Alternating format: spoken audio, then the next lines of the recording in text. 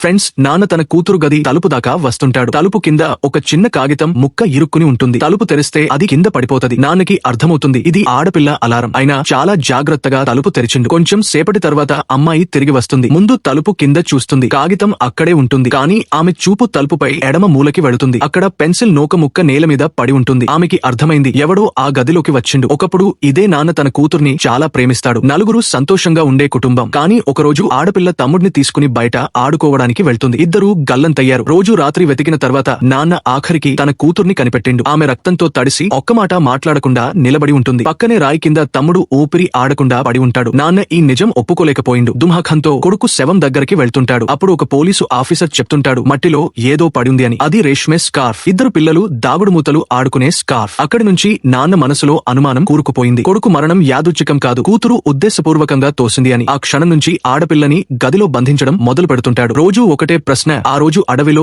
ఏమైంది? కొన్నిసార్లు కోపంలో చితకబాదేసేవాడు. కానీ అమ్మ ముందు ఆడపిల్ల ఎప్పుడూ ముద్దులాంటిది. నాన్న ఒంటరిగా ఉంటే రెచ్చగొట్టే చూపులతో చూస్తుంటుంది. ఇప్పుడు నాన్న అనుమానం వృధా నమ్మకంగా మారుతుంది. ఇటీవల ఒక హత్య జరిగింది. అన్ని ఆధారాలు అమ్మాయి వైపు సూచిస్తుంటాయి. నాన్న మళ్లీ ఆ గదిలోకి వస్తుంటాడు. ఆమె బ్యాగ్ లో ఉన్ననేసిన చార్మ్ గల్లంతైంది. నేరుగా అడిగిండు. ఇది విని కూతురు కొంచెం సేపు మౌనంగా ఉంటుంది. తర్వాత నెమ్మదిగా అడిగింది, నాన్న నీకు నిజంగానే అనిపిస్తుందా తమ్ముడు మరణం కేవలం యాదృచ్ఛికమా? అంతేకాదు అమ్మ ఆత్మహత్య కూడా కేవలం యాదృచ్ఛికమేనా అని అడుగుతూ ఉంటుంది. ఇది విని నాన్న మొహంపై కేవలం భయం మాత్రమే కనిపిస్తుంటుంది.